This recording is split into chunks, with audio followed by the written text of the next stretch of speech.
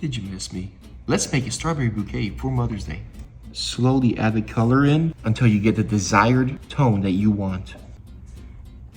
Just take some kebabs and skewer it right through the center of the strawberry. Make sure that you wash them thoroughly and let them air dry. Room temperature strawberries are a lot better than cold ones. Pour it into a nice tall mug. Dip the strawberry in very slowly until we get it to the desired height. We want to leave about a ½ inch. As you pull it up continuously, jiggle it until the chocolate stops flowing. Flip the strawberry up and constantly rotate it around until the chocolate has an opportunity to sit up. We're gonna put it into a styrofoam and let it dry the rest of the way. If you have any that have blemishes, use some non-perils.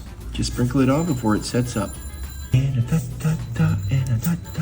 have a great hack for you to make glittered strawberries. Taking the color solution, put it inside of a bowl. We're gonna create a nice coating and it's gonna be a binder.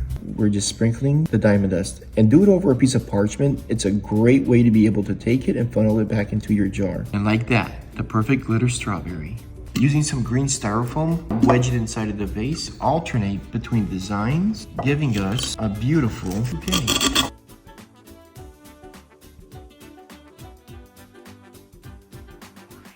And that's how you make a strawberry bouquet for Mother's Day.